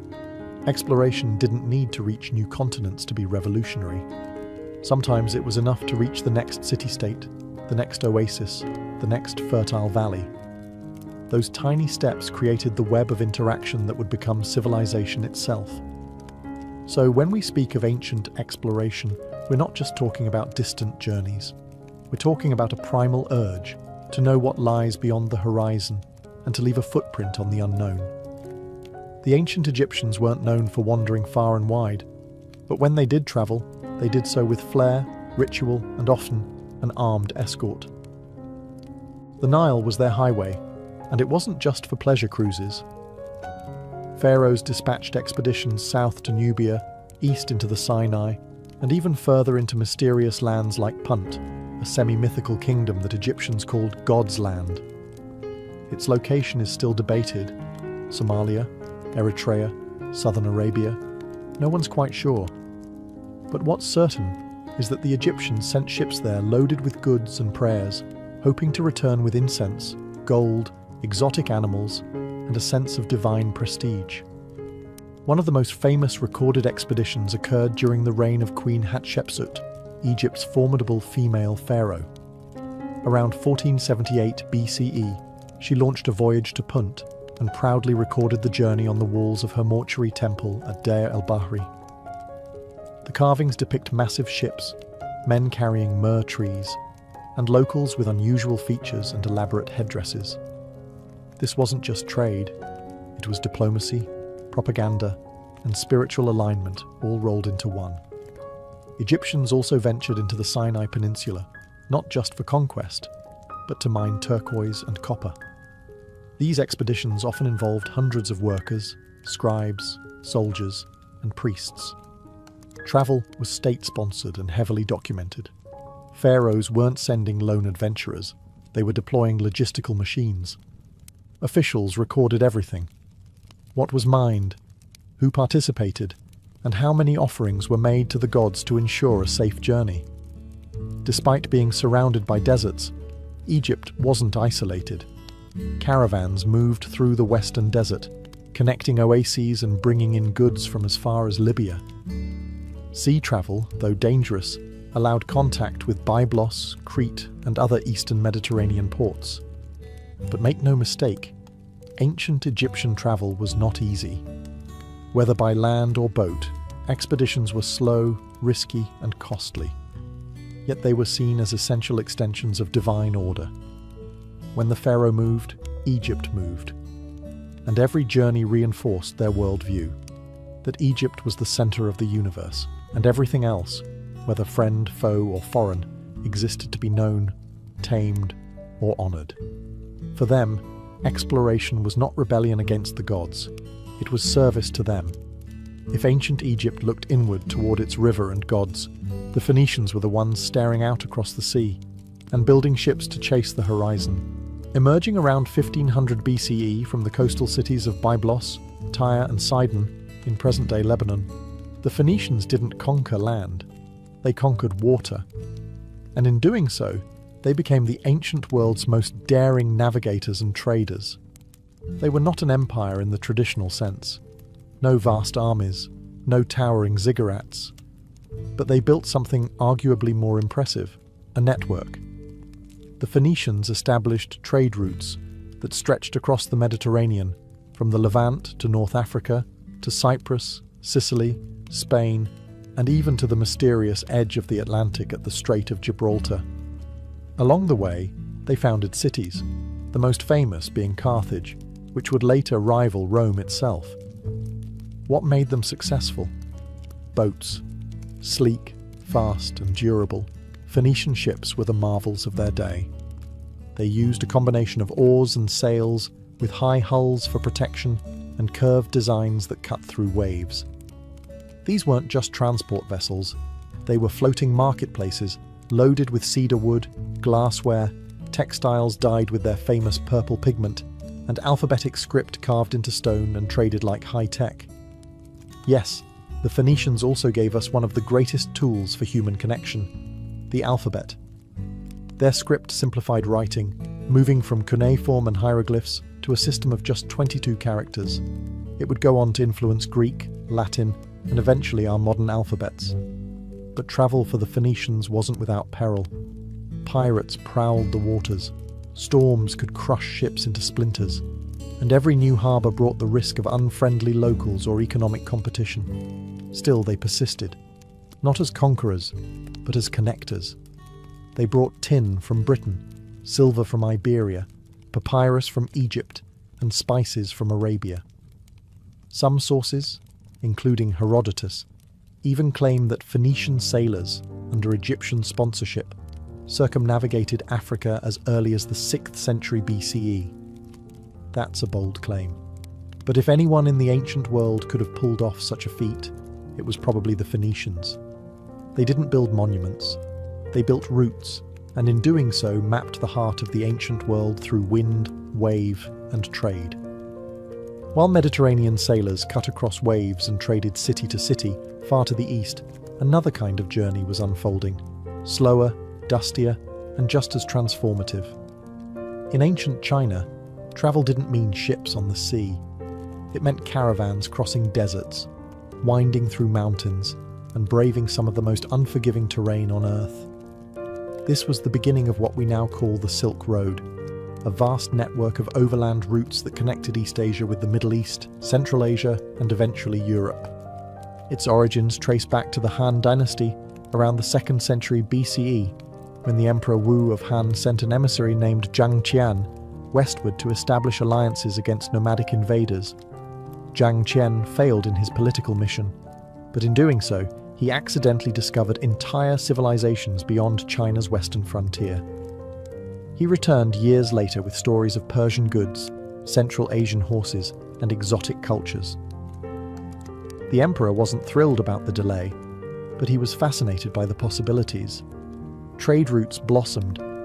Chinese merchants began exporting silk, lacquerware, spices, jade, and porcelain, products so desirable that they became status symbols from India to Rome. In return, caravans brought back horses, glassware, wool, and gold. But it wasn't just goods that travelled. Ideas, technologies, and religions crossed borders. Buddhism moved from India into China. Art styles merged. Instruments were exchanged. Even paper, invented in China, would eventually find its way west, revolutionizing written communication. But Silk Road travel was brutal. Caravans crossed the Taklamakan Desert, nicknamed the place from which no one returns. Sandstorms could bury travelers. Thieves lurked in remote passes, and the sheer distance, thousands of miles from Chang'an, modern Xi'an, to cities like Samarkand or Antioch, could take months or even years. Travelers relied on oases, where small trading cities flourished like green jewels in the desert. Dunhuang, Kashgar, Merv. No single empire controlled the whole road. It was kept alive by a patchwork of kingdoms, tribes, and city-states, each maintaining a piece of the route and taxing what passed through. And yet, despite its complexity, it worked, creating a web of connection that reshaped the ancient world. The Silk Road wasn't a single trail. It was a circulatory system, pumping life, belief, and ambition across continents. While deserts, rivers, and seas posed major obstacles to ancient travelers, the Persian Empire took a different approach. They built roads, long, durable, well-maintained roads, and not just for the sake of moving armies or goods. For the Achaemenid Persians, roads were the infrastructure of empire itself. a way to tie together a patchwork of conquered lands, languages, and cultures into a single coherent system. At the heart of this vision was the Royal Road, commissioned by Darius the Great in the 5th century BCE. Stretching over 1,500 miles from Susa in Persia to Sardis near the Aegean Sea, this highway connected the empire from east to west, enabling couriers, merchants, and military officers to traverse vast distances at unprecedented speed. Thanks to a system of relay stations with fresh horses and supplies, royal messengers could cover the entire route in just 7 to 9 days. A stunning achievement for the time. For comparison, the average traveller or caravan would take about 3 months. But the road wasn't just fast, it was secure. Patrols, fortifications, and outposts ensured safety for those who travelled under the king's banner. Travellers from across the empire, from Babylonian scribes to Greek diplomats, used the royal road not only to move goods, but to move ideas, rumours, and politics. In many ways, it became the empire's information superhighway. The Persian Empire's road system extended beyond the royal road, linking cities like Ecbatana, Persepolis, and Babylon, and stretching out toward Egypt, India, and Central Asia. Way stations called caravanserais offered rest and supplies for weary merchants and travellers. These structures would later become vital components of Islamic and Silk Road travel centuries down the line. More than just infrastructure, Persian roads symbolized the empire's desire to unite its many parts, not through force alone, but through connection. By standardizing coinage, weights, and languages used for official communication, the Persians made it easier for people to interact, trade, and participate in the imperial economy. In a world where most movement was slow and chaotic, Persia offered something revolutionary: order, structure, and a system designed for long-distance travel. In short, the Persians didn't just rule an empire, they engineered it.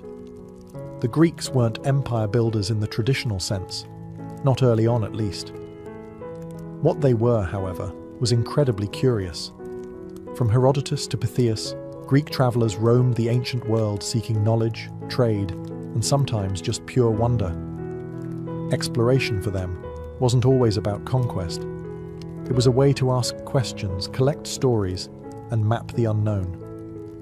One of the earliest and most fascinating explorers was Pytheas of Massalia, modern Marseille, who around 325 BCE sailed beyond the known world, through the Straits of Gibraltar, up the Atlantic coast, and allegedly all the way to a mysterious northern land he called Thule.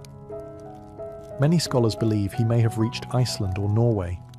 He described strange phenomena like the midnight sun and frozen seas, things Mediterranean readers thought were mythical. But Pytheas wasn't a mythmaker. He was a scientist with a sailor's heart. Meanwhile, in the eastern Mediterranean, Greek merchants and philosophers travelled across Egypt, Persia, and India. Alexander the Great's campaigns in the 4th century BCE blew the Greek world wide open, creating the Hellenistic era, where Greek became a lingua franca, from Athens to Bactria. Cities like Alexandria, Antioch, and Seleucia became crossroads for goods and ideas. Travel was no longer an exception, it was an expectation. Then came the Romans, the engineers of empire. The Romans took travel and paved it, quite literally. With their famous road system, they connected cities across Europe, North Africa, and the Middle East. At its peak, the Roman Empire boasted over 250,000 miles of roads, including more than 50,000 miles of stone-paved highways. Roads like the Via Appia, built in 312 BCE, were feats of engineering designed to last, and many of them still exist today. Roman roads served the military first, enabling legions to move rapidly to crush rebellions, but they also enabled commerce, postal services, pilgrimages, and even tourism. Wealthy Romans visited Greek temples, Egyptian pyramids, and spa towns in Gaul. Guidebooks and travel anecdotes became popular reading. To the Romans, travel wasn't just practical, it was a statement. Roads proved the empire's reach. If a road led to your town, it meant you mattered. And with every mile laid in stone, Rome reshaped the ancient world's sense of distance and connection.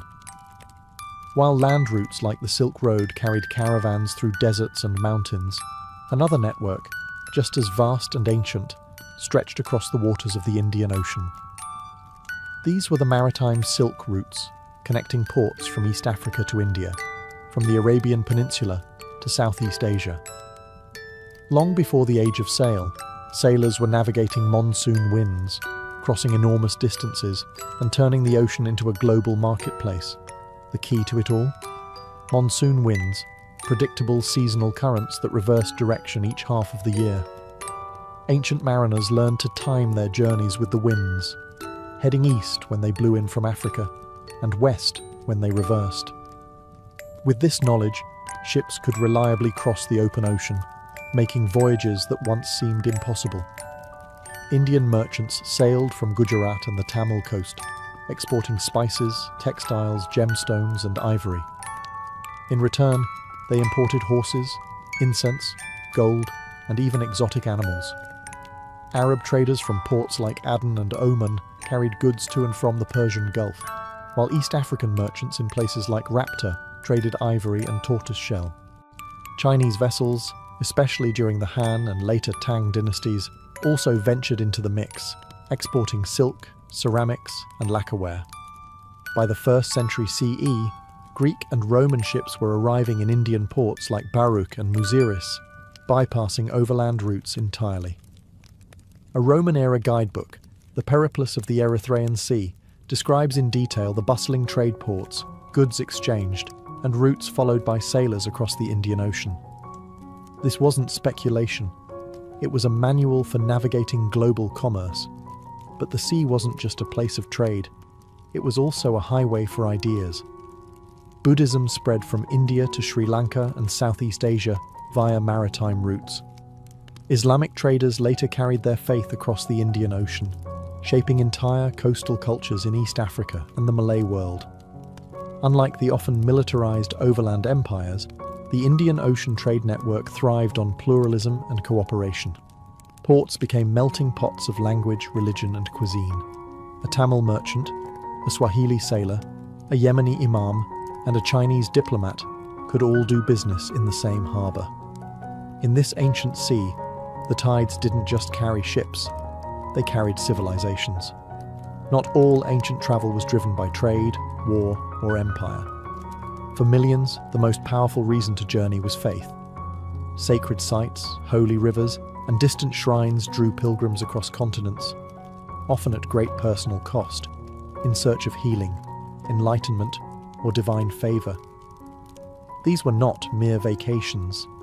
They were spiritual tests, acts of devotion in motion. In ancient India, pilgrimage was central to Hindu and Buddhist life. People traveled to bathe in the sacred Ganges, visit shrines like Varanasi or Bodh Gaya, or climb high into the Himalayas to seek out mountain hermitages. These journeys, often long and perilous, were believed to wash away karma and bring one closer to liberation. Buddhist monks journeyed not just within India, but beyond, spreading their faith along trade routes into Sri Lanka, Central Asia, China, and beyond. In Greece, pilgrims flocked to oracles like Delphi, where the priestess of Apollo spoke in riddles believed to reveal divine insight. Others visited healing sanctuaries like Epidaurus, where offerings and rituals were performed in hopes of curing ailments. These sacred journeys doubled as social and economic events, with vendors, entertainers, and civic ceremonies making pilgrimages community affairs. In the Roman Empire, religion was interwoven with state identity. Pilgrimages to temples and imperial cult centers were both acts of piety and political loyalty. Devotees might travel to the temple of Asclepius for healing or make the trek to Jerusalem, then under Roman control, as part of Jewish religious tradition, especially during festivals like Passover. Pilgrimage was also a cornerstone of Zoroastrian and Egyptian traditions. Ancient Persians traveled to fire temples, while Egyptians made sacred journeys along the Nile to participate in temple festivals, such as those at Abydos, believed to be the burial place of Osiris. These sacred travels often blurred the lines between spiritual and political space. Roads were maintained not just for armies or merchants, but for the faithful. Shrines emerged along trade routes, and temples doubled as inns for pilgrims. As a result, pilgrimage helped knit together vast regions with shared belief systems and sacred geographies. Ultimately, these journeys were more than physical. To travel in devotion was to symbolically leave behind one's ego, comforts, and attachments, and return transformed. The body moved across the land, but the soul journeyed far deeper. By the time the ancient world gave way to the medieval era, the foundations of global connectivity had already been laid, not by emperors alone, but by the countless travelers who braved the unknown. Merchants, pilgrims, explorers, and scholars had woven together a vast web of routes, overland and maritime, sacred and commercial, peaceful and perilous. What they left behind was not just footprints, but a legacy of exchange, of goods, ideas, faiths, and technologies that would shape civilizations for centuries. Travel changed everything. The spread of writing systems like the Phoenician alphabet helped standardize communication across borders. Religious movements, Buddhism, Christianity, Zoroastrianism, and later Islam, all owe their global reach to the steady footsteps of wandering teachers and believers. Spices from India flavored Roman feasts. Chinese silk adorned Parthian kings. African gold crossed the Red Sea and ended up in Persian treasuries. But travel also reshaped how people thought about the world. Ancient geographers like Eratosthenes calculated the Earth's circumference with remarkable accuracy, using little more than sun angles and logic. Strabo and Ptolemy mapped continents using second-hand reports and daring assumptions. Even inaccurate maps were steps towards something larger, a vision of a connected Earth, where distant people were no longer myth, but fellow humans on different roads. These roads, rivers and sea lanes, would eventually evolve into the great trade networks of the medieval and early modern worlds. The Silk Road would merge into Islamic caravan routes. Roman roads would be walked by Christian pilgrims. Indian Ocean sailing knowledge would be inherited by Arab, Chinese, and eventually European navigators. Perhaps most remarkably, the spirit of ancient travel, this urge to reach out beyond the known, endures. The modern world may be powered by engines and GPS, but its heart still beats with the same curiosity that drove Phoenician sailors, Chinese caravanners, and Egyptian emissaries thousands of years ago. They didn't have passports, credit cards, or travel insurance, but they had boldness and vision and an unshakable belief that the world beyond the mountains, the dunes, or the waves mattered, that what lay beyond the horizon was worth the risk. And because they believed that, we inherited a world tied together, not just by trade or conquest, but by human movement itself.